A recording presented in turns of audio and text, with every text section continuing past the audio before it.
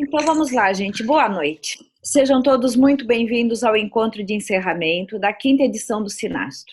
O Sinastro este ano está completando 5 anos e estamos encerrando hoje a Semana Astrológica, sobre a qual eu também palestrei falando sobre as leis de Mohan. Para quem não me conhece, eu me chamo Cineira Palota, sou astróloga profissional há 34 anos, atendo em São Paulo e Portugal e sou professora do Instituto Paulista de Astrologia. Estou aqui a convite do Sinastro, fazendo essa intermediação no tema desta noite. Essa noite tenho comigo 3 colegas muito especiais, a Débora Worthington, o Carlos Holanda e o José Maria Gomes. A Débora é astróloga há 30 anos, terapeuta junguiana, hipnoterapeuta ericksoniana, profissional, escritora e professora. Atende presencial em seus escritórios em São Paulo e Granja Viana e por internet em todo o Brasil e exterior, e é presidente da Associação CNA Astrologia. O Carlos Holanda é astrólogo desde 1988, cofundador de 3 escolas, a UCAM, formação na universidade, a Astro Eletiva, a Companhia dos Astros e é diretor do Projeto Luminar. Atua em eventos internacionais no Brasil e em Portugal, autor do Progressão Lunar e Cabala, Astrologia e as Polaridades e Trânsitos Planetários e centenas de outros artigos em diferentes publicações na internet. O José Maria Neto estuda astrologia desde 1979, é conferencista em vários congressos nacionais e internacionais, coordena a oficina de Astro Coaching, participante do TED Rio +20, com o tema Sincronicidades, formação em coaching, meta-coaching e bacharelado em filosofia. Estamos aqui com a proposta de falarmos um pouco sobre astrologia no futuro. Eu gostaria de convidar os meus colegas a começarem a fazer suas colocações sobre os temas. Se possível, uns 5 minutos para cada um introduzir a ideia e, ao final dessa introdução inicial, então, nós abrimos para a participação das perguntas do nosso público. Muito bem. Muito bom, muito bom, muito bom. Agora, o que a gente faz? Assim, eu vou tentar aqui, vou tentar ajudar, né? Porque o negócio está aberto aqui pela minha conta, para não confundir ninguém, né? Mas, enfim, para quem chegou agora, antes a gente começou a aquecer nossas turbinas, colocando vários assuntos, alguns polêmicos, outros muito interessantes e algumas curiosidades. Eu vou, então, tornar a ler, né, esses tópicos, e aí depois os colegas escolhem o que querem explorar primeiro, né? Cada um fala como bem entender, e eu vou só reler aqui, né? Temos 1, 2, 3, 4, 5 questões que eu tinha tomado a liberdade de fazer com relação ao tema inicial, né? A astrologia no futuro, né? E a astrologia do futuro, ou o futuro da astrologia, ou coisa parecida. Então, por exemplo, nós temos muitas astrologias, né, muitas especializações, e muitas vezes alguns colegas ou aqueles que se dizem, né, que astrólogos, fazem desqualificações quanto aos outros que não fazem, não andam na mesma via, não praticam o mesmo tipo de astrologia, como se só a deles fosse a mais importante, né? Será que seria uma insegurança de quem acha que precisa fazer isso para ter um lugar ao sol? Não era melhor fazer demonstrar o trabalho em vez de tentar olhar aquilo ali é ruim? Porque nós já temos cientistas e outras, não todos, né? E outras pessoas desqualificando a astrologia. Bom, essa é a primeira questão. A segunda é como é que a gente calcularia o mapa quando o ser humano chegar a outros planetas, como Marte, né? A Débora Jean já deu a dica aqui, todo mundo concordou, mas vamos deixar o pessoal pensar.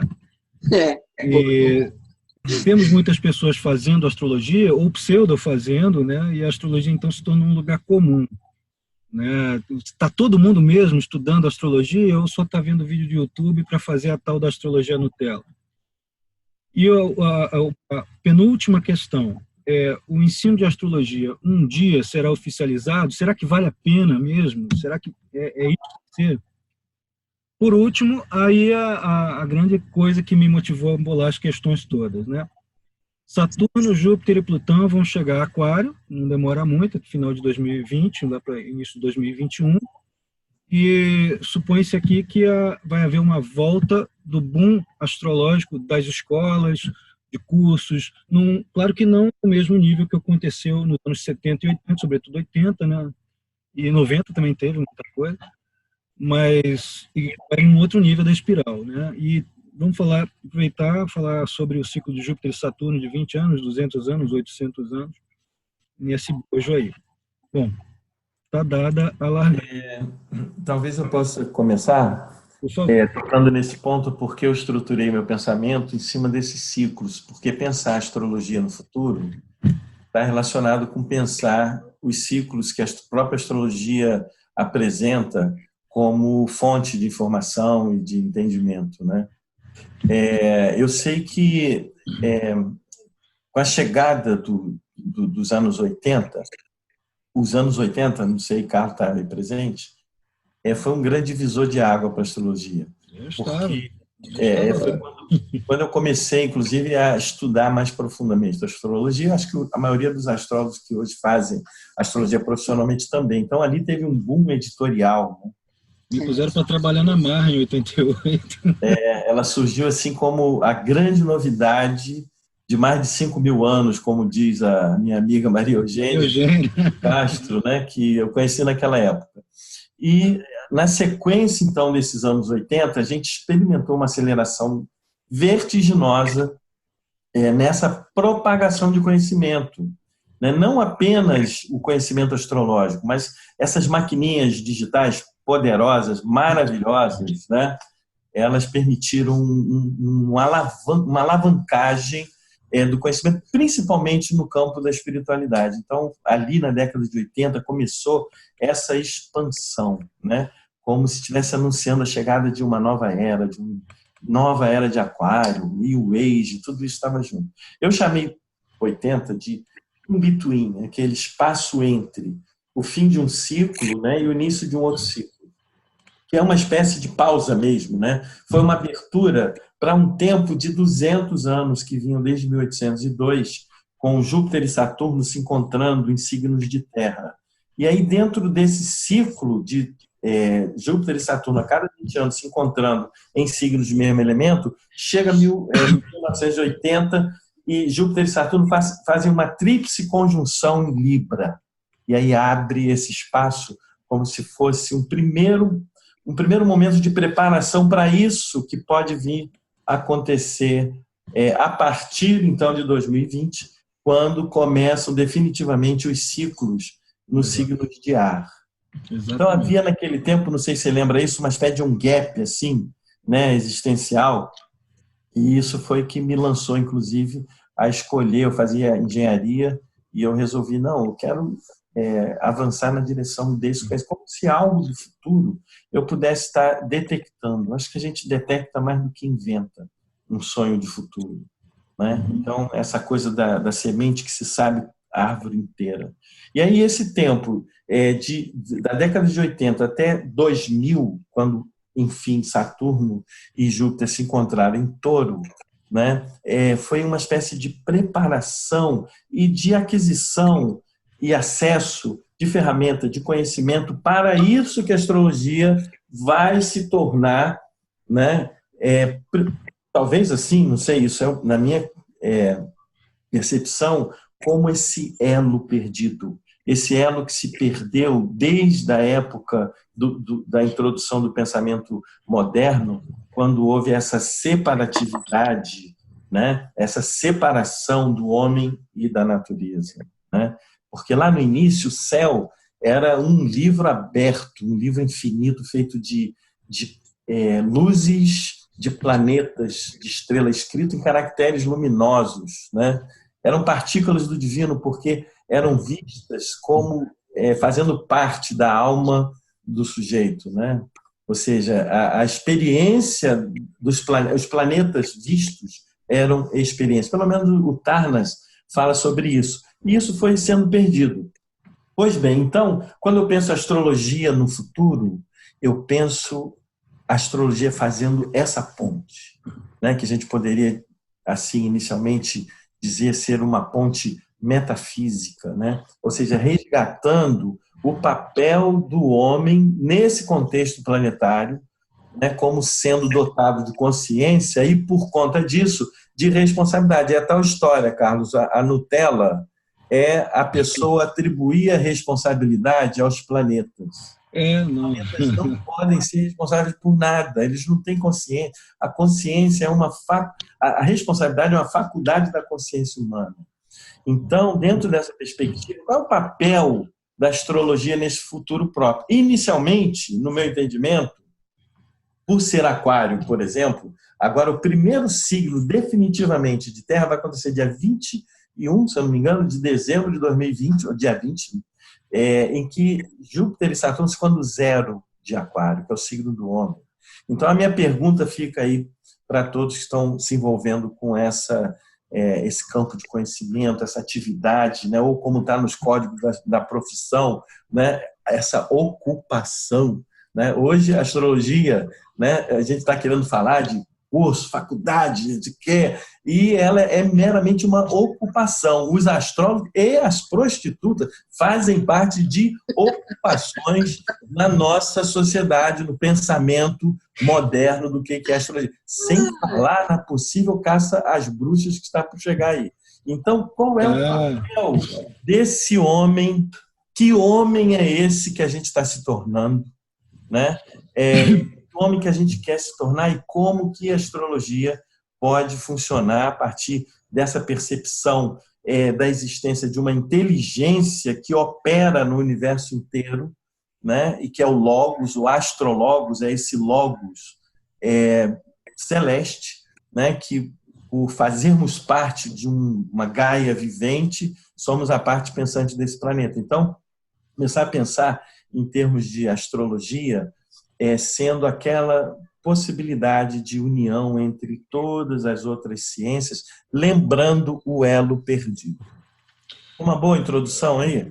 Ótimo, né? Zé Maria, você ainda falou uma coisa que eu tenho... Você não sei se você lembra, mas teve um simpósio de sinagem, que a gente era da diretoria, né? Sim. 15, acho que foi 2014 ou 2015. Eu tenho o podcast, eu transformei em um podcast.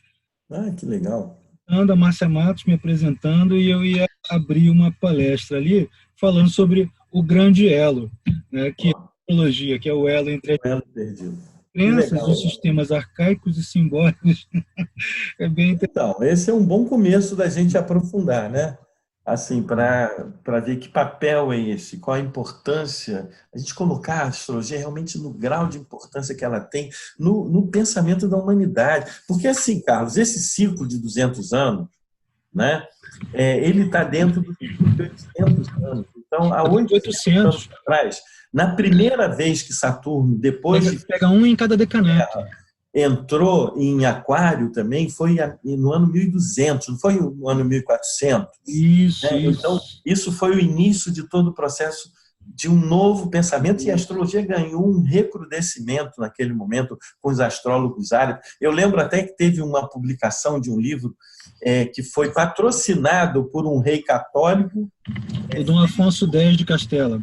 Feito por São as tábuas afoncinas, exato. Feito por árabes e traduzido para o latim, porque era o ícone científico que abria a escolástica. Então, esse tempo de 1200 a 1400, que houve o desmoronamento de um sistema feudal, a gente está, nesse momento, fazendo uma ponte, né, com o futuro que a gente lá já viu sendo germinado, né? Então, a gente pode esquecer a importância desse ciclo.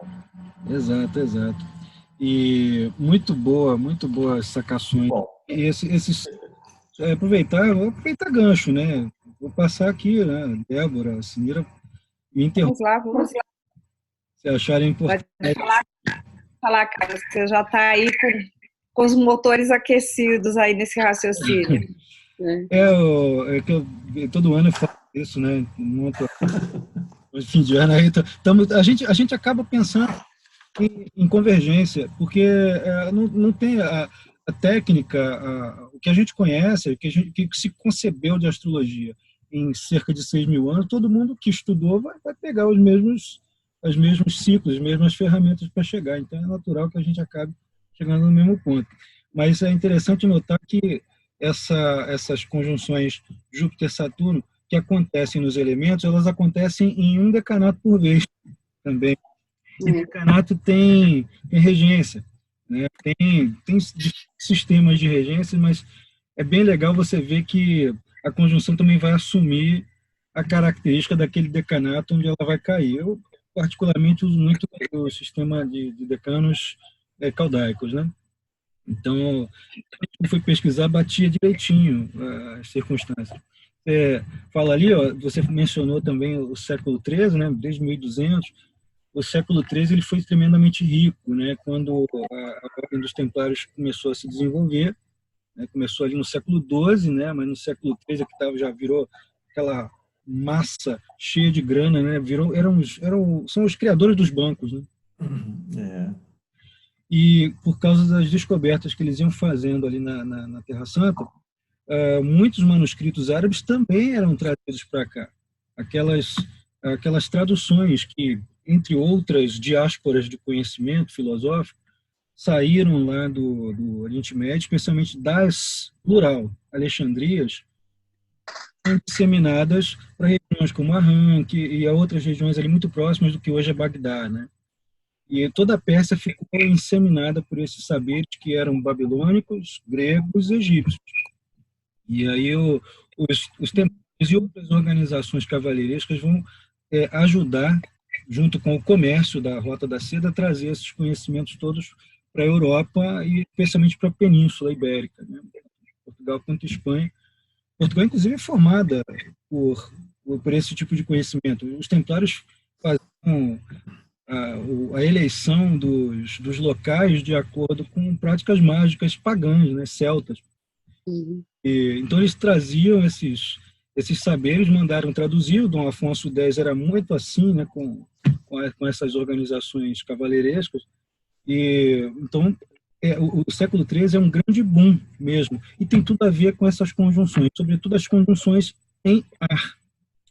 E aí você estava falando, eu estava olhando aqui, abri o Solafire, né, comecei a olhar, 82 estava lá o Júpiter-Saturno em Libra, lá no final do ano, né, e em 85 o Júpiter estava passando em Aquário. Eu me lembro que 85 foi quando eu decidi tentar provar para os amigos que a astrologia não funcionava. Aí comecei a estudar astrologia para provar, né? Pô, não teve jeito, em 88 eu estava trabalhando. É muito louco isso, né? Tem uma reviravolta que acontece no coletivo, porque tinha uma disseminação enorme, né? O Júpiter em Aquário vai disseminar conhecimentos que não são necessariamente ortodoxos. E só que isso é uma coisa meio caótica, isso não é uma coisa pensada. Vamos disseminar uma coisa que não é ortodoxa para que as pessoas evoluam. Não, isso sai espontaneamente.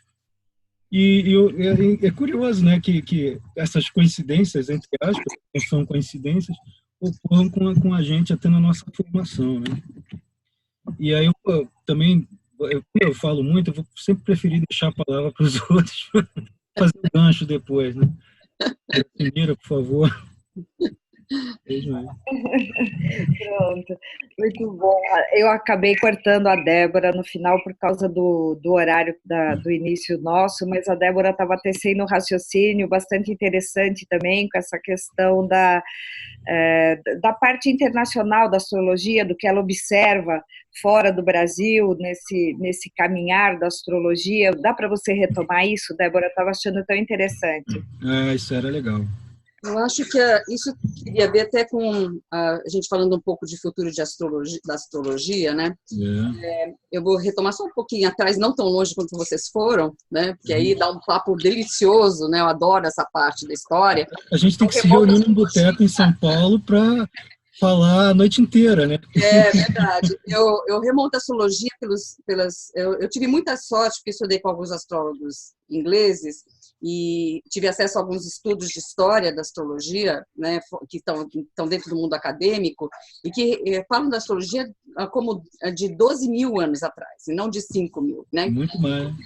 5 mil seria quase que o posicionamento ligado à Biblioteca de Alexandria, aquela coisa toda, e é muito anterior a isso. Então, mas isso dá um outro papo, que não é o momento, né? Mas eu defendo isso também, Débora. A gente tem que conversar mesmo, porque para mim não vem oralmente. Sobre isso. A tradição veio oral e só depois é que foi sistematizada por escrito e cuneiforme. Mas tem muita coisa, engraçada, inclusive um que foi meu professor, o trabalho dele de dissertação de doutorado foi a história da astrologia, da mágica e das religiões. É um trabalho super lindo. Ele que é o cara que cuida das Astrolages, né? Que eu comentei com você uma vez. Bom, enfim, mas eu gostaria de só remontar um pouquinho, que eu estava fazendo um estudo, o Alexandre Schuch me convidou para dar uma palestra sobre Quiron, e entre as coisas que eu acabei levantando, estudando, que eu achei muito interessante, que no ano da descoberta de Quiron, que foi 77, foi a primeira troca formal entre astrônomos e astrólogos, um trabalho de cooperação, para chegarem a que planeta ia ser aquele, ou seja, eles usaram o mapa e a descrição do mapa para definir que corpo era aquele, né? E foi por intermédio dessa colaboração, porque quem forneceu as efemérides astronômicas para serem convertidas em zodiacais foram os astrônomos, né? E só que nesse contato, os astrólogos desse período, Robert Hand e uma outra turma grande, agora não vai me ocorrer o nome. Robert Zoller. Isso, essa turma toda percebeu que a astrologia estava um pouco capenga, no sentido de evolução, que os astrônomos tinham evoluído muito mais. E eles voltaram para a academia. Quando eles voltaram para a academia para estudar as línguas de latim, etc., para poder traduzir diretamente dessas línguas os tratados astrológicos. Então, assim, como é que eu percebo isso? Eu percebo isso como aquela coisa do arco, né, do tiro. Você puxa o arco para trás para ele poder atirar. Então, eu acho que o trabalho que eles fizeram com Hindsight foi exatamente isso, né? Eles foram um pouco para trás, voltaram para a academia, voltaram a estudar, para poder ter o texto traduzido por astrólogos, que até então não era, né? Isso. Então, eu acho que isso criou uma base muito importante, muito interessante para a astrologia poder crescer dali para frente. Então, ali, eu acho que houve uma primeira semente de uma coisa que eu acho importante daqui para frente, que é a colaboração, né? Então, a gente tem hoje já, por exemplo, no próprio internet, Facebook e tal, tais fóruns. Tem fóruns que são brilhantes, que são maravilhosos. Eu aprendo muito em alguns fóruns. Todos esses astrólogos renomados estão lá, né, atuando, conversando, trocando. E isso é uma coisa que a gente não tinha até alguns anos atrás. Isso. Não tinha esse acesso, né? Então, isso já deu um salto enorme. Não parece, mas a Amazon deu outro salto enorme à medida que ela disponibiliza toda a miríade, a gama de livros possíveis de serem consultados, usados, comprados para complementar o conhecimento que a gente tem, né? Agora PDF, né? PDF, MOB. Pois é, tudo, né? Book, toda essa maravilhosa, né? É. Disponibilidade do Cosmos para isso. Não, e você consegue, por exemplo, ler o livro do Turnas e depois entrar num fórum e conversar com o Turnas a respeito do livro dele. Quer dizer, gente, quer coisa melhor? Né? Você poder tirar dúvida diretamente, né? Dúvida, acrescentar, ele dá sugestões de bibliografias complementares, né? São pessoas tremendamente abertas, são pessoas generosas, né? Você está dizendo que a astrologia, nesse momento, tá pronta para dar um salto, né? Eu acho que a gente está dando esse salto há algum tempo. É isso que eu estou querendo dizer. Acho que a gente já deu, É que a gente já vem nesse salto. É que a gente, por estar no dia a dia, a gente também tem que ter cliente, ter um monte de outras coisas. A gente talvez não perceba. E é isso que eu estou querendo pontuar. Dessas questões de que a gente está dando salto, na verdade. Todos esses acessos que a gente tem hoje de livros, de acesso aos próprios autores, a conversar nas escolas. Tem gente hoje no Brasil estudando nas escolas fora, tá? Eu sei de vários que estão fazendo escolas fora do Brasil, Kepler, Mercury, etc. Liz Green, CPA e tal. Gente que tem o Nick Campion fazendo aquela universidade lá em Bath. Aquilo lá já existe desde 2010. É um mestrado. Tá? Ela primeiro era em Bath, depois mudou para Wales. O meu professor é formado nessa escola. Era em Bristol, depois passou para Bath. Aí foi para Wales, que é o Trinity Camp David. Isso. E ele é um mestrado em Cultural Astronomy and Astrology. Exato. É Cosmobiology, né? E Arco-Astrology, porque eles tiveram que meio que se adaptar à academia, né? Para trocar, Para poder tá dentro da academia, eles tiveram que se adaptar a umas coisas que eles toleram um pouco mais. O nome antigo era Cultural Astronomy and Astrology. Continua. Eles colocaram o Cosmobiology por causa do... Isso. Eu lembro quando o Campion esteve aqui no Brasil, participando lá do nosso encontro, lá no Sinastro, né? Ele trouxe um livrinho e tinha uns dados interessantíssimos. Em 2006, dizia o Campion, né? A astrologia já era um produto consumido, cara, por mais de 50% da população do Ocidente. Exato. Interessante. Ele dizia que na Índia e no Oriente ultrapassa 90%, né? E hoje, com o avanço dessas mídias aí, eu tenho a sensação e tenho percebido que isso exponencializou, né? Quer dizer, só que isso traz duas questões que são, uma é boa e outra é não tão boa, né? A questão boa é justamente fornecer o acesso, trazer a astrologia para esse pensamento sistêmico, ou seja, ajudar as pessoas a perceberem o mundo, o planeta de uma outra forma, uma forma integrada com o universo inteiro, que a gente não está sujeito exclusivamente à ação do meio, do entorno, mas sim das qualidades, das diferentes qualidades do tempo que se expressam a todo instante através dos ciclos dos planetas. Então, o lado positivo é esse. E está trazendo, como a Débora falou, esses jovens, né, que estão indo buscar lá fora, falando inglês fluente, dominando outras línguas, tendo tecnologia, usando. Isso é muito legal, porque é uma astrologia que não vai passar mais pelo controle do personalismo. E aí me permita, Zé, dizer o seguinte, que é dentro do próprio tema do encontro, que é como é que vai ser a astrologia do futuro? Por tudo que você está falando, que eu concordo, também estou enxergando a mesma coisa, e a astrologia do futuro, ou ela vai ser uma coisa muito sintética, que as pessoas vão conseguir ter a facilidade, a oportunidade de entrar em contato com os mais diferentes possíveis meios e formas de pensar, né? Que seria, para mim, na minha opinião, é o ideal, né? O cara poder pegar tudo quanto é forma de pensar e sintetizar para poder depois devolver para a sociedade uma coisa bem elaborada, né? Bem estudada. Ou isso, né? Eu não estou vendo muito tom de cinza no meio, não. Ou isso, aquela hiperespecialização que a gente estava conversando no começo, né? Antes da gente iniciar o próprio evento.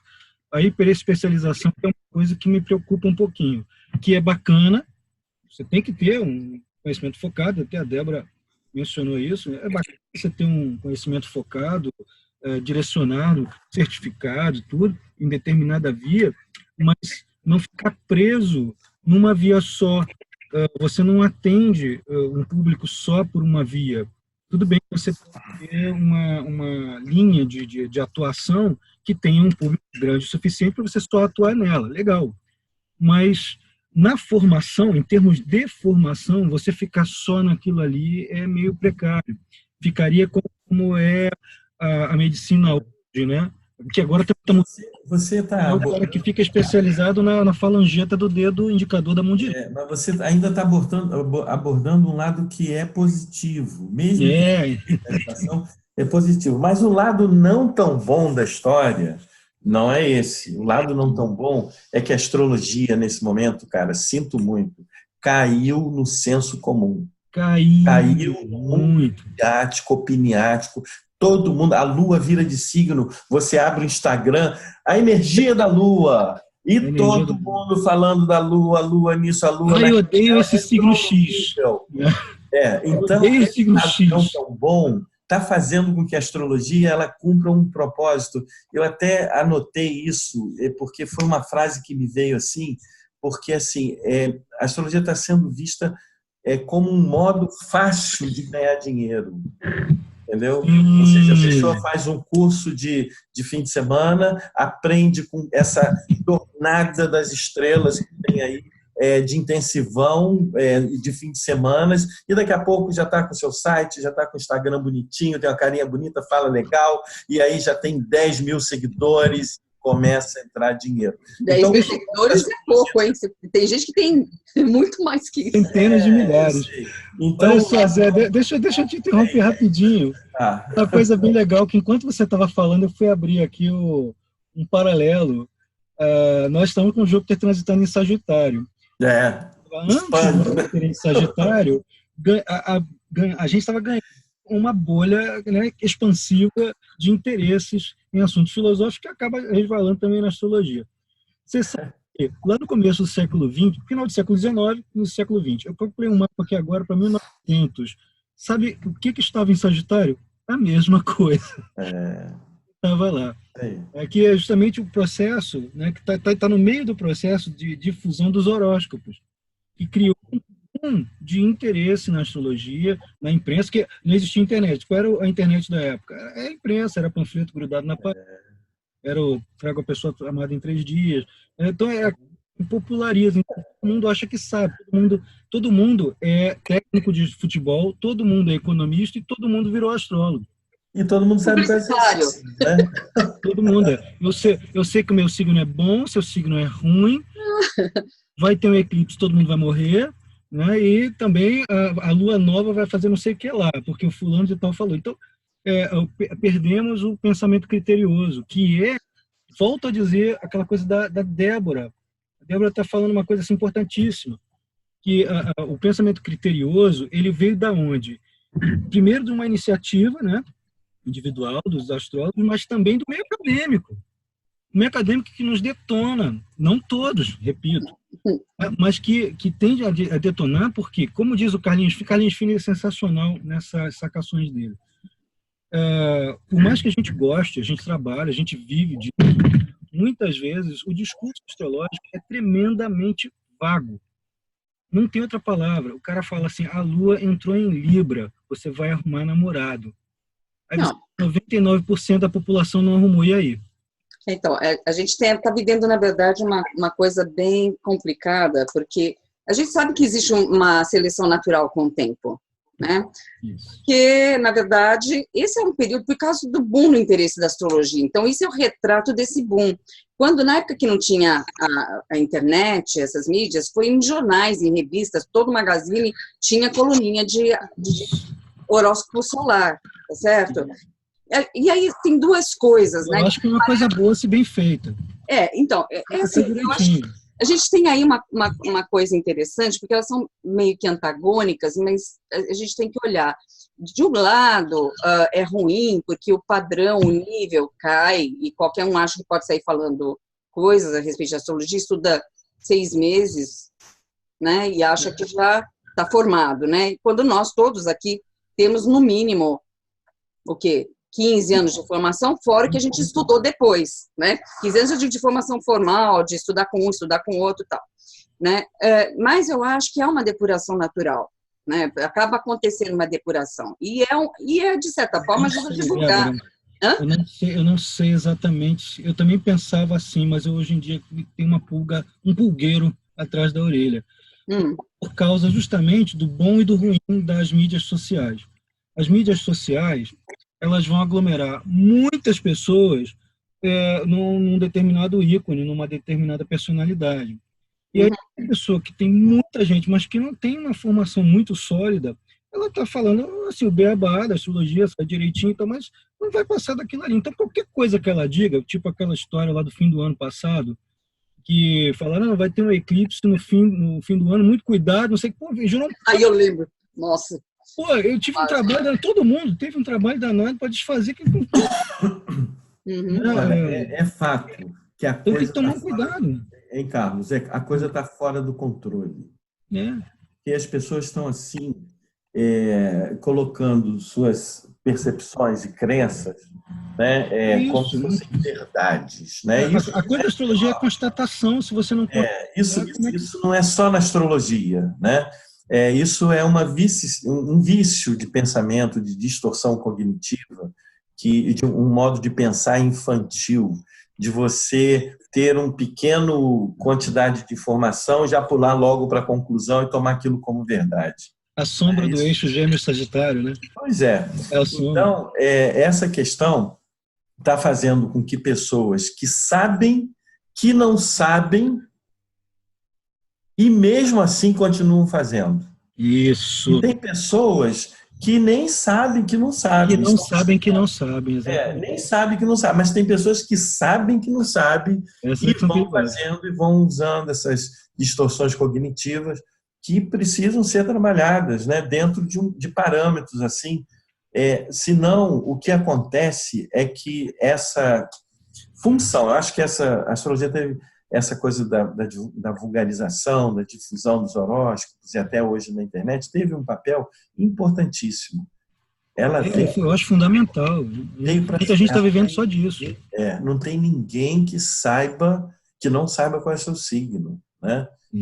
Então já está incorporada uma atitude, uma cultura, um pensamento, existe uma linguagem, as pessoas você é de Capricórnio, mesmo que seja assim, cheio de distorção cognitiva, ela já dá uma mirada assim. Vai namorar, né? Então, o que eu penso que o lado bom da coisa, né, é justamente a Débora, acho que nesse sentido vai interessante, né, que a astrologia vai que nem água rolando pedra, se lapidando, porque ela se conforma às qualidades de cada época que ela se expressa. Sabe? É isso mesmo. E sempre está relacionada com algo que nela não morre e não vai morrer nunca, que é porque a gente é constituído das mesmas substâncias que as estrelas. Entendeu? Então, a gente tem na nossa estrutura essa percepção dos ciclos que, de uma certa forma, foi mal organizado. Então, tem um lado que é bom, que é a manutenção dessa memória, né? Que é uma memória muito antiga, mais antiga, claro, do que os tais 5.000 anos, mas no formato que a gente tem hoje, ela veio da Grécia mesmo, a gente tem que tirar o chapéu. Nós somos, os ocidentais são gregos. Nós pensamos tal como os gregos.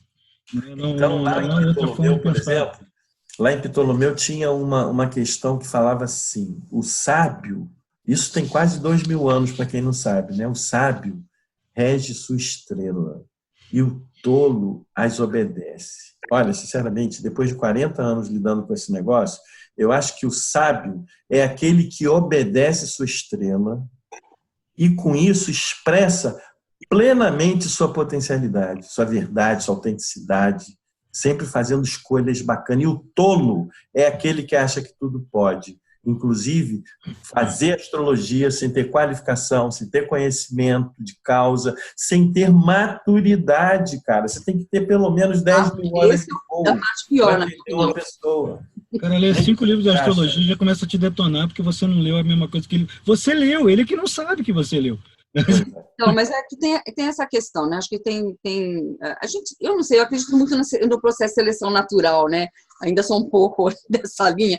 E eu, pelo menos no meu consultório, eu recebi vários clientes advindos de gente que não está preparada adequadamente e que cobra caro, inclusive, mais caro até do que eu, mas que acabaram vindo para o meu consultório e falando para mim, falando, nossa, isso que é leitura de astrologia, porque o que eu passei não tem nada a ver, a pessoa me cobrou caro, entrei numa fila de 3 meses para ser atendido e no final foi completamente assim, decepcionante a leitura. Agora eu posso voltar a acreditar um pouco, estava um pouco descrente, eu vim aqui um pouco descrente da astrologia. Falei, você tem que ser descrente não da astrologia, mas talvez do astrólogo que você consulta, né? Porque tem astrólogos e astrólogos, né? E eu acho que talvez o que vocês estão falando de alguma forma é como a gente torna evidente aquele que tem qualificação, aquele que tem preparo para realmente dar o aconselhamento astrológico, inclusive a maturidade para isso, que não é só o conhecimento técnico, né? Eu lembro que eu parei uma época de atender, porque eu fui muito bem preparada pelo meu professor, eu estava lendo bem, mas começaram a aparecer casos no meu consultório que eu não me sentia apta. Foi a hora que eu parei para estudar psicologia.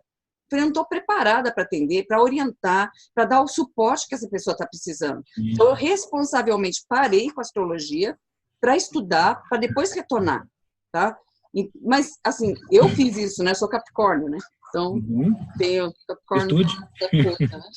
Mas essa coisa da responsabilidade, mas nem todo mundo tem, né? Nem todo mundo. Tem gente que é mais aventureira, né? Tipo, lê 2, 3 livros, como você falou, né, Carlos? E sai.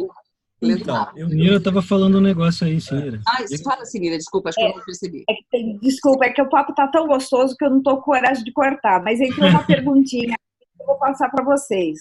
Olha, o membro Tanto Astral pergunta: gostaria de saber o olhar do pessoal sobre a juventude que está chegando na área, mais ou menos vocês já estão falando, né? Sobre a inclusão desses olhares, mas também agora estou entendendo melhor. Olha só, gostaria de saber o olhar do pessoal sobre a juventude que está chegando na área, sobre a inclusão desses olhares e também sobre a visão desse conhecimento disseminado em cidades do interior. Acho que ele está se referindo, nós estamos com uma leva de astrólogos jovens também, não é? Hoje em dia. Isso aí é maravilhoso. Né? Isso eu acho maravilhoso. Porque é o seguinte, significa renovação do conhecimento. A passagem significa que, finalmente, esse saber ele está sendo passado. Finalmente. Eu não sei se a Sinira está falando, não estou ouvindo. Estou ouvindo... Não, estou te acompanhando, Carlos. Tá. Mas, assim, finalmente o conhecimento está sendo passado. Isso aí é fundamental.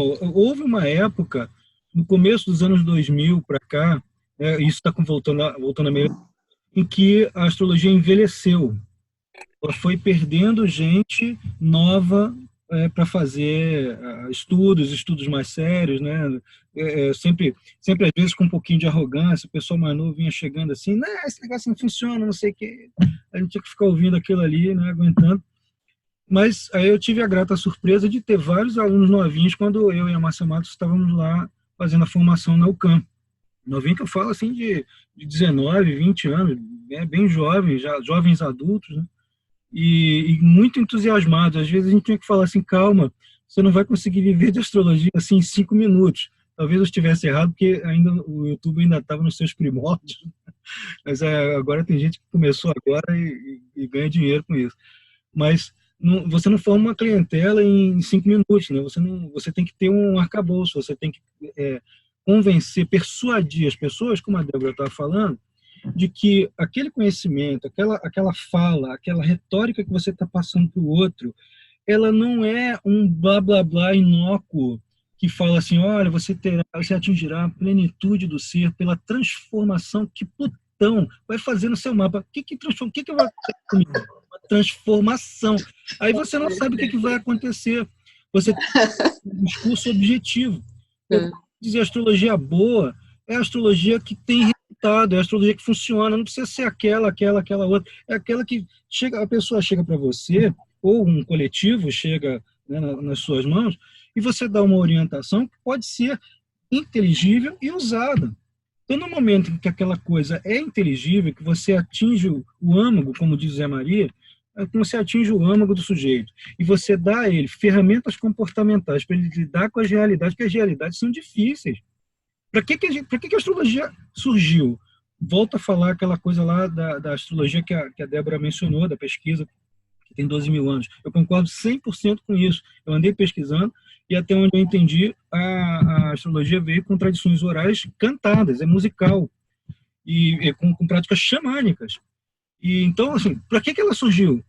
Poxa, você está enfrentando um ambiente inóspito, você precisa de alguma resposta a esse ambiente. E uma resposta que dá a esse ambiente, as situações que você enfrenta, que são vicissitudes, quando você dá inteligibilidade àquilo, você nomeia, quando Adão nomeia as coisas, né? Ou então quando o sujeito nomeia na psicanálise, né? Ele dá a forma àquela coisa, ele detém poder sobre aquela coisa. Tudo bem. O Jung falava, só para interromper um instantinho para aproveitar o gancho, Jung falava que a astrologia é a psicologia dos tempos ancestrais, né? Isso. Assim, não desmerecendo a astrologia mais antiga, né, que não utiliza a terminologia junguiana, que é fabulosa também, maravilhosa. Eu uso muito no meu trabalho. Então, você transformar uma coisa que é determinismo, ou pelo menos o que seria um destino, em algum alguma chance daquela titica desse tamanho, que é o arbítrio da gente, fazer alguma diferença. E faz. Uhum. Simples fato de você conhecer aquela tsunami que vem em cima de você. Você pode escolher correr, por exemplo. Senão você nem isso faz. Né? Então faz uma diferença danada você ter esse instrumental, essa ferramenta de gerenciamento de si, da vida e até do porvir, por causa da repetição dos padrões. Essa coisa dos jovens entrando é bárbaro, eu acho que ela é instigante, é muito legal, tem gente se formando lá fora, como eu falei, né? Tem gente se formando aqui, tem gente se formando lá fora. Isso vai trazer todo um novo panorama, né? E a questão é aquela que foi colocada por todos, que é a questão da responsabilidade na sua formação. Né? As formações lá fora são muito estruturadas e são de 4 anos e meio a 5 anos e meio. Então, não é 6 meses, não é 3 meses que formam uma pessoa. Né? 4 anos e meio, 5 anos e meio. Isso porque eles têm uma cadeira lá de prática, de leitura de mapas, que vai junto, né? Fora o conteúdo teórico, tem toda uma questão de prática que acompanha. Então, é uma faculdade. Sim, sim. Uma faculdade. Tem que fazer. Eu estou vendo isso acontecer muito em Portugal, viu? Hã? Oi? Eu estou vendo isso acontecer muito em Portugal. O pessoal está empenhado para valer mesmo, em formar as coisas muito bonitinhas. E eu tive um prazer imenso em ser um dos avaliadores de um trabalho de um rapaz que hoje é uma fera na astrologia, que é o Simão Cortês. Ele está fazendo estudos lá em Cambridge, em Canterbury, eu acho que é Canterbury. Mas tem também... Ele é fabuloso. Eu acho que é importante, que é o viés do estudo da astrologia, está sendo aos poucos resgatado ou desenvolvido dentro da própria academia. Sim. Por exemplo, lá em Niterói, na UF, né, tem um curso de Filosofia Antiga 4, que é toda a base cosmológica de Platão, Aristóteles. Ele pega Ptolomeu, né, pega Firminos Maternos, pega vários outros, o Valens. Né? Então, o que é interessante a gente ver? E é uma turma grande, tem uma garotada, você tem uns 50 pessoas, mas, sabe assim, na universidade, aqueles garotos que estão indo para a faculdade, estudar astrologia desde uma perspectiva cosmológica. Filosófica, histórica e cosmológica. Então, que eles fazem. o que é interessante é ver que o conhecimento está disponível. Isso é o aquário. Né? Exato. O aquário é esse cântaro que verte do céu, né? O simbolismo dele. É preciso esvaziar o cântaro para receber água nova. Né? Você está com o teu cântaro cheio de informação, de conhecimento, e não cabe mais nada que seja novo, e às vezes esse novo é algo que é muito antigo. Como diz o Gilberto Gil, vai ver o cântaro cantar. Exatamente. Então, assim, eu estou achando que, primeiro, né, os astrólogos mais antigos, se não estiverem nessa potência, né, de estar alinhado com um pensamento misterioso, com uma linguagem que seja não só da coisa racional, no sentido pragmático, né, do faça isso, não faça aquilo, até porque eu acho que não é muito esse papel de ficar dando pitaco do que deve ou não fazer. Eu acho que é mais importante ajudar a pessoa, né? A astrologia ela tem um pouco dessa coisa da maiêutica do Sócrates, né? De fazer a pessoa pensar, refletir, entrar em conexão com o seu próprio daimon, por que não, né? Você dá instrumento para as pessoas, elas sentirem que pertence, que tem algo maior, que elas fazem parte de um universo vivo, pulsante, né, e que trazem, de uma certa forma, uma participação na sua sociedade coletiva e que se expressam através desse mapa, né, que essa alma escolheu. Né? Eu costumo dizer que a gente não sabe muito bem qual a razão pela qual a alma escolheu essa vida, essa hora do mapa, aqueles pais. Né? Ela vai que nem água rolando, né, pedra no rio, enfrentando desafios, obstáculos, chega naqueles buraquinhos, que é sempre a melhor experiência, ou seja, é a experiência para aquisição da consciência, e nesse processo de aquisição da consciência, quando passar por ali de novo, tem mais recursos, tem escolha, e nesse ciclo... O Zé, para variar, inspiradão, né? Esse é o processo que a astrologia está fazendo. Ela está se experimentando através da gente. Ela está experimentando. Eu acho que é mais do que isso, José. Gente, eu queria só lembrar. É o seguinte, eu duvido que vocês tenham estudado nesses anos todos só astrologia. Não. Vocês não tenham feito conexões com outros conteúdos. Com filosofia. Por isso que não pode ser uma coisa voltada para a técnica específica. Exato. Né? Ou seja, a gente trabalha, embora não diga, numa multidisciplinariedade. Ou trans. O que a gente fala ou transdisciplinaridade, como diz Mohan. Oi? Transdisciplinaridade, pensamento complexo. Exato. Então, assim, também é isso que é importante ressaltar para quem está nos ouvindo, né, ou que está nos vendo, a respeito da astrologia. A astrologia, ela é uma base de conhecimento importante que você só dinamiza se você conseguir agregar outros conhecimentos, porque ela que vai te dar o tipo de perspectiva, abordagem que você vai usar na tua prática astrológica.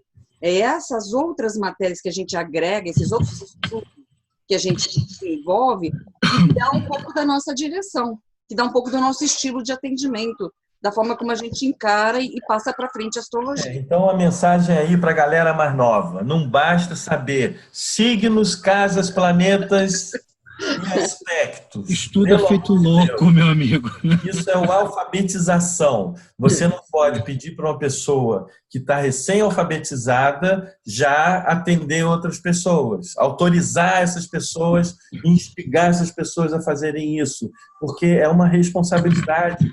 Você está lidando com um ser humano que chega muitas vezes ali no consultório cheio de angústia, cheio de sofrimentos, e que tem que ter, no mínimo, um pouco mais de respeito. Aliás, considerar é respeitar. Considere, né? Ou seja, olhar para a experiência com o sideral em mente, né? Então, se a gente não tem essa base de consideração ali, né, aquela experiência, a gente vai estar um tempo inteiro experimentando tentativa e erro, e com isso a astrologia ela vai se desintegrando, né? Falando em considerar, né? Siderar junto, ir de acordo com o que está no céu, né? Considere. Vou dar aqui a dica do pessoal que quer fazer estudos acadêmicos de astrologia, não de astrologia prática, né? Mas de história, filosofia, dos estudos dos neoplatônicos, estoicos e todos os demais ramos da filosofia, pessoal da Academia Celeste. Isso, eu estava tentando lembrar o nome. Edil Machado, eu esqueci o sobrenome do Edil, é mole? Edil, sabe que ela tem Mercúrio em Peixe, eu esqueço mesmo. O Edil, todo mundo sabe que o Edil é o Edil. Vai achar o Edil. O José Celório, então eles são professores tremendamente bem formados, com mestrado, doutorado, pós-doutorado, e a Cristina de Amorim Machado, junto com o Marcos Reis, se não me engano, traduziram diretamente do grego antigo para o português o tetrabíblico. E então vale a pena, eles estão seguindo mais ou menos a mesma linha do pessoal do projeto Hindsight. Muito a pena ver. Muito legal. Na PUC, em São Paulo, tem um mestrado que um amigo meu está fazendo, eu não recordo agora o nome do departamento, mas eles estão estudando diretamente alguns neoplatônicos, como Plotino, Próclo, Jâmblico. Todos eles são bases filosóficas para pessoas como Dorotheu de Sidon, Vétios Valens, Firmicus Maternos e vários outros pensadores, astrólogos da época ou decorrentes, né? Também no banco de teses da CAPES tem centenas, eu não falei errado, centenas de teses e trabalhos acadêmicos, astrologia, várias vias, história, filosofia, antropologia, educação. Ainda dá uma procurada no banco de teses da CAPES, é gratuito, é só acho. Então fica aí dado o recado. Desculpa, minha gata. O mundo inteiro está. Os gatos eles adoram a gente discutir. Adoro. Ela quer sentar aqui e falar. É o Miara. Temos a pergunta aqui da Corina. que, olha, é incrível a sincronicidade, vocês já estão respondendo a primeira parte da pergunta dela, mas eu vou ler na íntegra. Ela diz assim: gostaria de saber do entendimento dos astrólogos sobre a ideia de que as pessoas que assumem a astrologia em suas vidas deverão necessariamente ter experiências em outras áreas em sua formação básica. Vocês estão falando exatamente sobre isso nesse momento. É muito importante ser. Aí ela continua e diz assim: o conhecimento e a sabedoria vindos da astrologia é necessariamente complexo. E o complexo é o que traz as conexões entre as diversas áreas. Gostaria de ouvir as opiniões a respeito. Acho que assim, por exemplo, na minha formação tem um pouco de história, né? Eu sou historiador, tem um bocadão de psicologia, que eu comecei com aquela via bem psicológica da psicologia, eu fui desenvolvendo. História, psicologia, antropologia, filosofia, sociologia, design, para você ter uma ideia, design, arquitetura, aí vou estudar geometria sagrada, tudo isso aí que vai entrar no currículo, né? O Jean Maria parece que tem coaching, tem várias formações também. A Débora, psicóloga, tem 500 coisas. Quanto mais a gente se juntar em termos de currículo, mais a sua cabeça abre. Foi estudando sistemas de distribuição de renda, de capital, para fazer cursos de vocação, né? Que eu descobri os conceitos de capital simbólico, capital social e capital financeiro, né? Que é uma logística. Então, e você vai associar isso às 3 casas terrenas, às 3 casas materiais, né? 2, 6 e 10. Então, você entendendo um conceito fora da astrologia e você conhecendo a mecânica do conhecimento astrológico, imediatamente você vai acumular, você vai fazer um acréscimo de uma... Pierre Bourdieu, já até falei, comentaram aqui em letras caixa, Pierre Bourdieu, capital social, isso mesmo. Eu, por exemplo, trabalhei sempre com antroposofia, né, há mais de 20 anos. Eu estou ligada na antroposofia e fui diretora de crédito do Banco Vidar, que era o Banco Antroposófico, durante 5 anos. E lá a gente trabalha com a questão que a gente chama da cor do dinheiro, que é o âmbito espiritual do dinheiro, que é o dinheiro de doação, dinheiro de empréstimo e dinheiro de troca. Então, você veja só que interessante, você falando da questão do dinheiro, quer dizer, tem várias formas de você olhar para essa questão, né? Então, e essa é a abordagem que eu trabalho, que é diferente da sua. Então, dá uma outra visão quando a astrologia, né? A minha entrada na astrologia veio pela engenharia, que eu era estudante de engenharia, e fiquei enlouquecido em fazer os primeiros programas, eu mesmo, como calcular o acidente através daquelas maquininhas HP enlouquecidas, aquilo foi... Uma calculadorazinha, não tinha, Zé? Nossa, que coisa... Eu programava computador. A minha mente sempre pensou em termos de matemática, porque a matemática ela faz uma conexão com uma verdade que um triângulo aqui em qualquer lugar, as partes internas do triângulo vão dar sempre 180 graus, onde quer que seja. E essa matemática que a astrologia traz, no sentido dos ciclos planetários, você sabe onde é que vai estar aquele planeta daqui a 10 mil anos.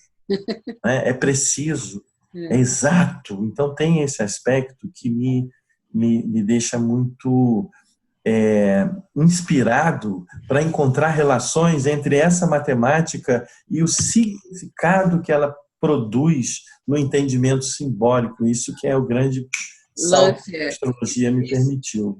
A gente tem que o meu último investimento tem sido uma experiência maravilhosa de estudar filosofia. Né? Olha, tem uma pergunta aqui. Estudar filosofia, sim. Agora, vocês todos fizeram um mapa na mão? Fiz. Aham. Eu peguei essa época de fazer mapa na mão, fiz vários anos. Eu acho, para mim, foi fundamental. Eu acho que muito do que eu entendi de conceitos teve a ver com o fato de eu executar o mapa na mão. Mecânica celeste toda e todo o cálculo, aquela tábua logarítmica horrível. Hoje o pessoal pula essa parte, né? Pula, você tenta dar aula de mecânica celeste. Põe os dados. Você tenta dar aula de mecânica celeste, não é nem o cálculo do mapa. Só mecânica, o pessoal quer pular. E a mecânica é que vai fazer você entender o que é ascendente, meio do céu, fundo do céu, né? O que é ascensão reta, quem sabe? Ascensão reta, declinação. Caraca, o pessoal que não quer briga. Essa aula é chata, não sei o quê. Pô, aí você vai estudar estrelas fixas, você não sabe o que é declinação, você não vai entender o método original do anônimo. Você vai apanhar. Vai localizar o corpo no espaço. Você vai sofrer, não vai conseguir traduzir o símbolo de forma Realmente lógica. são muitas horas de voo, não apenas no sentido do atendimento, mas principalmente de estudo, de leitura, de preparação, né? Dizem que um piloto ele só pode pilotar um avião depois de 10.000 horas de voo, que significa você, durante 10 anos, fazer a mesma coisa, pelo menos 3 horas por dia. Então, essa é uma boa medida. Se você faz mais horas por dia daquilo, né, como muita gente faz faculdade em 5 anos, você já sai com expertise para aquele atendimento. Então, eu acho que esse é um bom pensamento, uma boa medida, né, de você ter o braille da coisa. Você ser bom naquilo, tem que ter o braille, tem que ter experiência, tem que pegar, fazer mapas, tem que estudar muito, né? Olha, tem uma questão aqui, ó. Voo, né? Vou imitar a Sinira aqui e fazer aqui o jus às perguntas também. A Patrícia perguntando, pode ser que a astrologia online ganhe ainda mais força na virada de 2020 e 2021, com Júpiter e Saturno em Aquário, não? Isso. Tudo indica, pelos ciclos anteriores, sim. O que eu acho que seria bárbaro se pudesse haver a contribuição internacional, que é aquele assunto que a Sinira falou para a gente tocar de novo, é a questão da colaboração multidisciplinar internacional com os vários países. Tem como fazer isso? É só bom. Essa é a pergunta do Fernando aqui. O Fernando está perguntando por que não temos mais profissionais brasileiros apresentando trabalhos bilíngues nos eventos no exterior? Até Japão, China e Turquia tem. Tem razão. É o que você estava falando. Aí. Tem alguns fóruns que a gente pode entrar, né? Tem alguns fóruns que dá para colaborar e que tem profissionais brasileiros colaborando, dando palestras em inglês. Tem sim. É que é aquela coisa, fica aquela conchinha. Aquela coisa que você fala que quando um descobre uma coisinha, não conta pro outro. Fica secreto. Entendeu? Eu não vou contar que eu estou dando palestra internacional num determinado fórum que tem abertura para essa troca, né? Mas vai chegar uma hora que essa coisa não vai ser mais possível, não vai dar para segurar, a porteira vai abrir, sabe assim? A questão que eu acho fundamental é abrir com que qualidade, sabe? Então, acho que essa que é a preocupação de todos, né? De que a gente possa crescer e ocupar um lugar de mais respeito, né? De mais compreensão. E não que vire uma coisa que está divulgada, mas pelo nível mais baixo, né? E olha, vamos voltar àquela pergunta lá das viagens interplanetárias do Excêntrica, né? Porque eu acho legal. Eu quero lembrar só uma coisinha, eu quero lembrar que nós temos 10 minutos só. Brigadão, Sinira. Tá Olha bom. só, eu vou combinar 2 questões aí vou jogar para vocês sofrerem para responder. Uma, astrologia heliocêntrica, ela poderia ser uma ferramenta muito boa numa ocasião em que nasçam seres humanos em outros planetas que não a Terra. Isso não é mais uma realidade só imaginária, não é só uma coisa onírica, né? É uma possibilidade. E então, assim, vamos supor que o astrólogo heliocêntrico resolva dizer que toda a astrologia que a gente faz é uma grande burrice. Tudo heliocêntrico. O que vocês acham? Passei? Eu realmente, nesse momento, assim, não consigo ir até Marte, ver como é que seria. Porque, apesar de... Vamos fazer um exercício onírico. A mente, assim, fora da caixa, eu acho que existe um gap ainda que precisa ser... A astrologia precisa fazer essa ponte entre o que está lá fora e o que está lá dentro. E essa reflexão, ela me leva para fora, mas eu não consigo organizar a minha cabeça para imaginar como seria, porque tecnicamente é até fácil, mas qual a utilidade disso nesse momento da minha vida? Nenhuma, né? Nenhuma, né? Então, assim, é uma reflexão bem interessante, mas eu penso que o verdadeiro papel que a astrologia vai estar fazendo, além do elo que você já colocou, é trazer as pessoas para essa conexão com elas mesmas, sabe? E a partir desse processo interno, fazer conexão com as outras pessoas, e a partir da conexão com cada outra pessoa. Seja eu diria, eu posso acrescentar uma coisa na tua fala, Zé? Sim. Vai fazer conexão com as pessoas, acho que já é um dos grandes, se não o papel, né? Mas eu acho que vai fazer conexão mais ainda com a realidade interna, com a externa, tornando uma... Isso. Né? E a gente está com as pessoas cada vez mais doentes, na verdade, né? Esse mundo moderno está adoecendo muitas pessoas. E acho que a astrologia tem a ver muito com essa questão da busca do sentido, sabe? A busca do sentido mesmo. Qual é o sentido que tem a minha vida? Acho que as pessoas estão com essa pergunta muito premente. Então, para que serve isso aqui? Eu costumo perguntar às pessoas qual é o modelo que você tem, qual é a maçã que você quer quando vai comprar lá na feira. Aí as pessoas falam, minha maçã é vermelhinha, a minha é pequenininha. E qual é a expectativa do croque da maçã? É doce, suculenta. Onde que essa maçã está quando você vai lá na feira buscar? Ela fica ali no meio das outras, em cima da bancada. Aí eu falo, não, ela não está lá. Ela está na sua mente.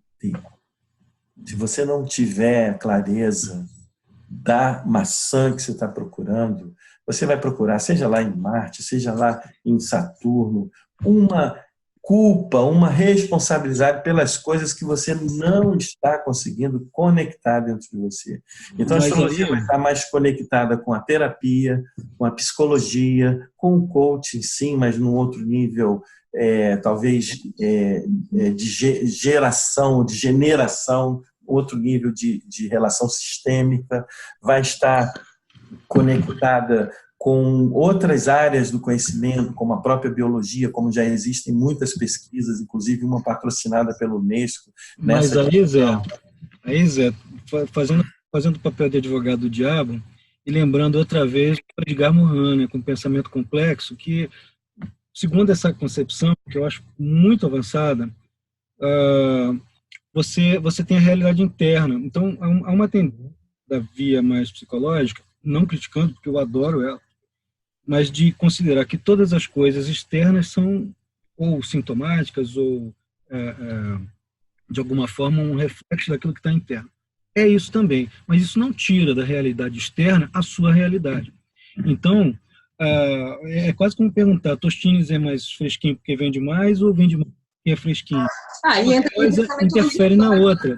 Carlos? Não, assim, tipo, o Netuno, exato, o Netuno entra na sua casa 4, você vai ver a quantidade de pessoas que tem um vazamento acontecendo dentro de casa.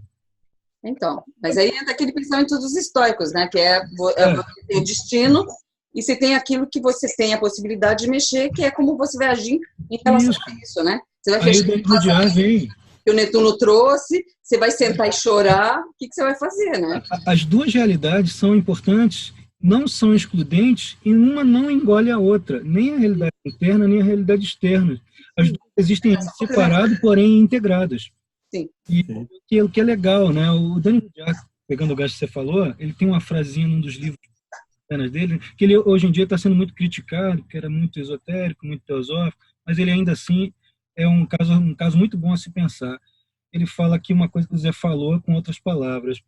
O homem verdadeiramente livre, ele não faz escolhas, ele faz aquilo que deve ser feito.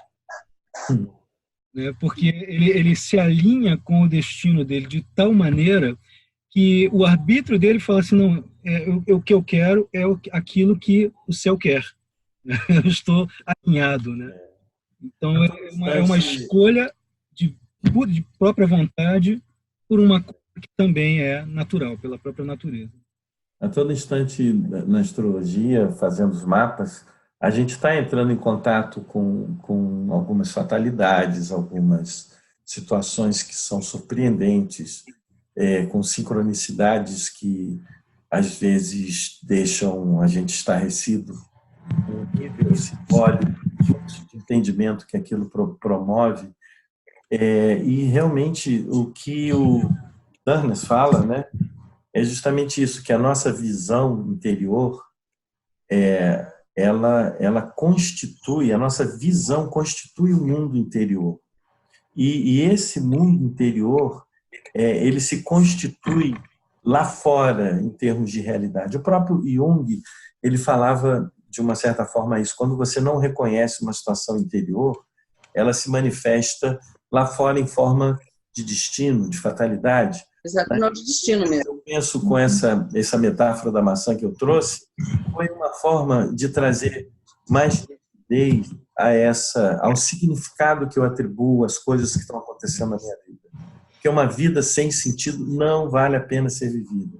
E a astrologia ela é essa ferramenta que traz esse significado, tanto no nível assim objetivo, concreto, no mundo da vida, nas casas, no dinheiro, na família, na carreira, na profissão, né? Mas principalmente aquelas coisas que vêm da alma, né? Faz sentido isso porque isso me dá poder de viver, potência de vida, como falava Spinoza. Isso me dá alegria, me dá satisfação, confiança. E porque também a pessoa está vendo objetivamente a coisa.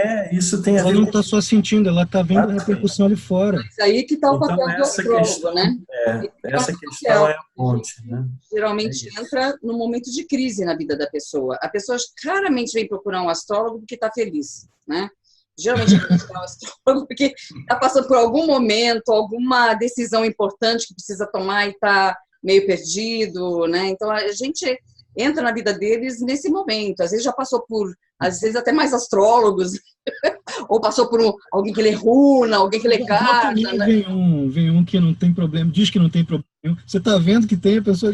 É muito raro isso, né? Muito raro eu receber no meu consultório, a gente fala assim, eu vim para fazer meu autoconhecimento. Muito raro, né? Geralmente você está vendo, está cheio de crise ali, a pessoa... Olha só, tem outra coisa que identifica isso, que a astrologia ela não está tratando como objetivo o fato localizado específico, porque, na verdade, ela é um fato psíquico. Planetas, eles estão no espaço, mas eles não têm uma localização no teu corpo. Não tem uma localização que você possa dizer ali. Não, é um fato psíquico. A astrologia médica fala um pouco disso. É como uma decisão. Então, ele é um fato. Mas é assim. Não, mas eu entendi o que ele está dizendo, Débora. O que eu estou querendo dizer é um fato psíquico. Que o fato psíquico ele tem duração, e aí você pode ver isso às vezes com precisão de datas e intensidade, mas ele não tem lugar no espaço, não tem lugar no corpo. Né? O lugar no corpo e no espaço, você dá esse lugar na sua vida. Então, o que tem de mais fantástico na astrologia é perceber esse lugar que é um lugar no tempo, né, que ele ocupa com a intensidade de poder promover grandes mudanças, transformações, aquisição de consciência, aí vai, né? Então, mas para isso a gente tem que estar muito bem preparado, né? Por isso que são anos de estudo, né? Olha, a gente está falando tanto de fato psíquico, Jung, etc. Eu estava olhando aqui uns trabalhos aqui que eu andei estudando, né? E o Dorotheu de Sidon já falava isso lá no século II, III. Sim, só uma sabia desse negócio. Ele já tinha isso. Sinira está chamando aí. E a astrologia do futuro, como a gente fecha? Sinira, fecha aí. Uma pergunta antes de vocês fecharem. A Cristiane Veiga pergunta: gostaria de saber se, para a perspectiva de um... Olha, a sincronicidade está espetacular. Gostaria de saber se, para a perspectiva de uma astrologia do futuro mais robusta, enquanto conhecimento humano, parênteses, profissão, será preciso mais uma vez mergulhar mais profundamente no passado, na origem, nos conhecimentos. Mergulhar no estudo da essência humana, arquétipos, será fundamental para o futuro da astrologia e para evitar a superficialidade? Olha, vocês até já em várias direções. Porque mergulhar no passado é fundamental, porque a gente, como o Hindsight está fazendo, está trazendo de volta um monte de coisa que é fundamental para a gente trabalhar e dialogar com os métodos que são chamados de modernos, que são herdeiros.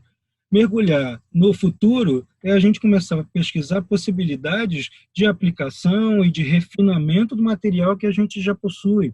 Mergulhar em outras áreas que não astrológicas é tão fundamental quanto, porque a gente precisa ter linguagens que não só aquela coisa repetida do padrão que nós herdamos do passado, louvável, mas para a gente não virar um papagaio, né? uma vitrola com disco arranhado. Né? Tem que desenvolver. eu duvido que aqueles sábios do passado, tão gigantescos, quisessem que a gente virasse papagaio das fórmulas deles. Eles disponibilizaram aquilo depois de terem recriado, ressignificado o padrão que eles receberam lá de trás. Então, cabe a nós pegar aquilo ali e dar mais corpo, mais consistência para aquela coisa. Como, por exemplo, dizer assim, o Guido Bonatti, ele era muito melhor do que os astrólogos atualmente. Eu imagino que ele possa ter tido um sucesso extraordinário, estrondoso, primeiro porque dominava a técnica de uma maneira incomum.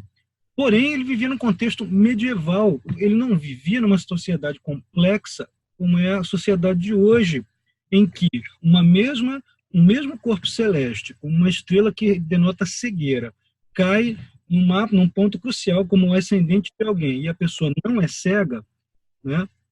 Então tem alguma coisa ali que ela fez. Ela pode ter feito uma cirurgia de miopia, ela pode ter usado um óculos fundo de garrafa, ela pode ter feito algum artifício médico, uma ciência super desenvolvida para fazer uma coisa que naquela época, contextualmente, era o cara estava fadado a ficar assim.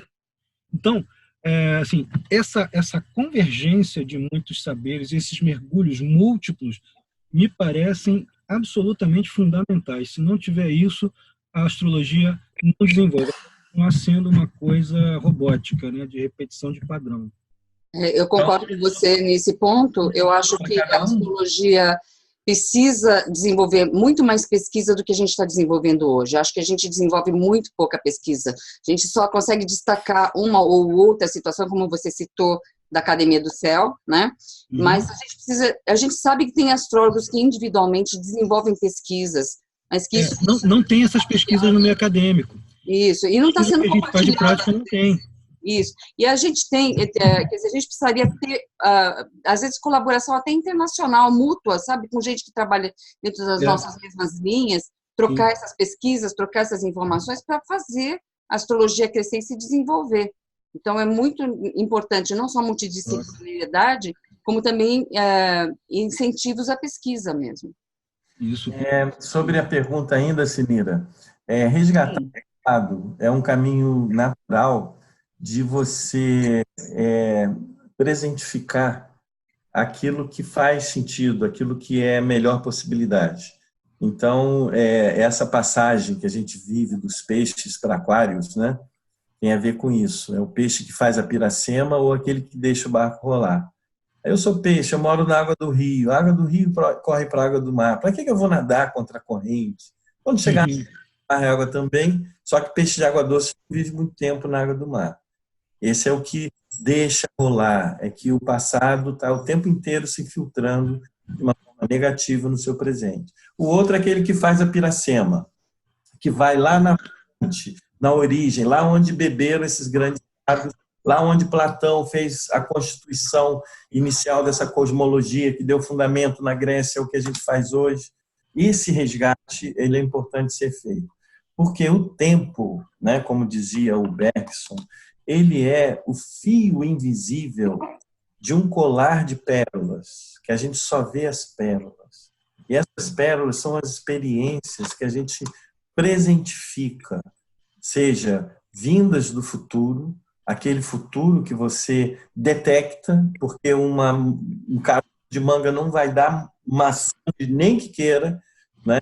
A gente sofre como ser humano condicionado às condições desse mundo, desejos que não são de alma, que são desejos impostos, que são crenças, que são valores que forjam um tipo de comportamento.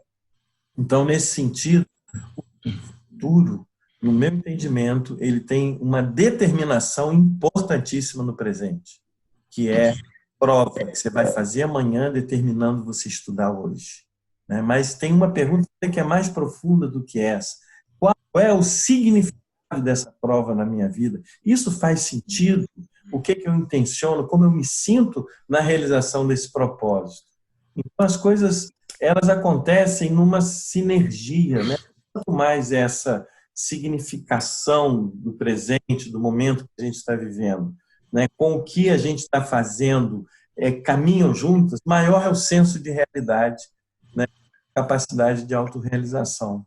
E o mapa é um mapa. A gente é um ser humano especial, porque não é só porque se pensa, se questiona, nasceu com esse dom do logo. Não, é porque nasceu com um GPS cósmico, com um guia que tem planetas, que tem luas, que tem... Tá ali, você nasce com mapa, cara. E o GPS avisa quando tem engarrafamento na frente. Se o astrólogo fizer astrologia Nutella dizendo que a realidade é toda cor-de-rosa, ó, você tem que mostrar onde está o problema, tem que mostrar qual é a ferramenta que ajuda a resolver aquela coisa. Mostrar os caminhos, né? Depois quem vai definir o caminho é a própria pessoa, mas a gente indica, né? Tem ferramenta, a gente já tem conhecimento suficiente para mostrar ferramentas mais adequadas, aquela que encaixa melhor para aquele problema. Eu queria agradecer o Carlos, toda essa inspiração que você trouxe. Eu agradeço igualmente a todos. Eu queria agradecer a todos. Por essa oportunidade, a Janaína, né, que está organizando esse... Então, Janaína, Tainara, toda a equipe de compartilhar essas ideias, tá? Sinira, Débora, Via Maria, todos. Tão difícil. É que está tão gostoso esse papo, e com muita dor no coração, que eu aviso que encerramos o nosso tempo. Vou dar 2 minutinhos para vocês se despedirem e a gente poder... ficou na casa 12. Eu quero agradecer ao Carlos, ao José Maria, o papo foi muito gostoso, a Sinira pela moderação, a Tainara, a Janaína e toda a equipe pelo trabalho. Foi sensacional e obrigada a todos que estiveram aqui acompanhando a gente nesse papo, que foi delicioso, espero que vocês tenham aproveitado e possivelmente as perguntas que nós não conseguimos responder, de repente a Janaína nos manda e a gente de alguma forma disponibiliza as respostas de acordo com a visão de cada um de nós, né? Acho que seria legal, tá bom? Maravilha, gente. Eu vou só me muito brevemente, eu estou vendo que já tem participante que já deve estar dormindo, e diminuiu de 10 pessoas já. O que a Janaína me autorizou a fazer, se vocês já tiverem se despedido, é falar um pouquinho da CNA, né, que eu sou presidente, e dizer que as portas estão abertas, eu convido todos a se associarem, porque essa é uma forma da gente fortalecer a astrologia no país, e a gente tem feito um trabalho bastante intenso nessa direção. Então, se tiver interesse, vocês podem mandar um WhatsApp para mim, que eu encaminho, que agora eu sou meu Associe-se, que é bom para fortalecer. 077988, que eu encaminho para a CNA, aqueles que tiverem interesse em se filiar, tá? Então, obrigada, Janaína, pela brecha. E obrigada aos meus colegas, aos meus amigos aqui. Né? Só agradeço, então, a todos e... Muito obrigado pela oportunidade. Parabéns pela oportunidade, né? Verdade. Maravilha. A única coisa que eu queria falar, além que eu já falei, é olhar para o futuro sempre com um olhar aberto, nunca com um olhar fechado. Não acreditem quando alguém lhe fala tem que acontecer, vai lhe acontecer. Não acredite nisso. Né? Porque isso pode fechar uma visão saudável do seu destino, uma visão aberta da sua participação, do teu crescimento. Né? Agora, tenha em mente que não pode ser nada diferente daquilo que você nasceu para ser. Então, isso parece um paradoxo que nenhum filósofo resolveu, né? E que não somos nós agora que vamos resolver. Né? Então, a gente só deixa o paradoxo, né? Essa presença de todos. A gente tem que se reunir num restaurante, de preferência em São Paulo, que se come muito bem, e falar muita coisa boa e muita bobagem, de preferência bobagem. Vamos. A gente fala muita coisa boa e muita bobagem, não tem problema não. Muito bom. Eu gostaria de agradecer a todos e gostaria de avisar a todos que hoje, à meia-noite, terminam as inscrições para o Acesso Júpiter 2019 e que este conta com mais de 200 palestras, gente, com palestrantes de mais de 15 países, 4 cursos, sendo eles Astrologia Kármica com a Daniela Rossi, uma viagem de autoconhecimento pelos luminares e planetas pessoais comigo, Sinira Palota, aspectos astrológicos e os ciclos de evolução humana e orientação pelas direções simbólicas. 10 aulões com transmissão ao vivo, e-book certificado, grupo fechado no Facebook, certificado, entre outras coisas. E quem se inscrever até meia-noite estaremos presenteando com um lindo relógio astrológico de pulso. Esperamos ver você no Acesso Júpiter. O link está aí no chat. Não percam essa oportunidade, porque realmente o Acesso Júpiter está muito, muito bom, gente. Vamos ter que encerrar, pois a hora já está avançadíssima. Gostaríamos de agradecer a todos que se inscreveram no Sinastro, a todos os palestrantes, aos que estão presentes aqui hoje nos assistindo. Esperamos estar novamente com todos juntos em 2020. Esperamos também encontrar vocês nos Acessos Júpiter 2019, que se encerra hoje à meia-noite. Muito obrigada a todos vocês. Foi um prazer estar com a Deb. Valeu. Eu vou agradecer mais uma vez e vou encerrar aqui a gravação, porque isso infelizmente vai caber a mim. Eu estou aqui turno para cortar aqui, né, com a tesourinha das moiras, para cortar o fio aqui da reunião. Deu tempo de eu pôr o site da CNA lá, o e-mail da CNA ali no chat. Coloca ali rápido. Eu já pus. Pois, então maravilha. Então vou encerrar aqui. cna.org.br. Pronto. Tá certo. Pessoal, um abraço. Outro. A gente se vê em breve aí, acompanha a gente aí nos canais. Tá ok. Um abraço. Tchau, gente.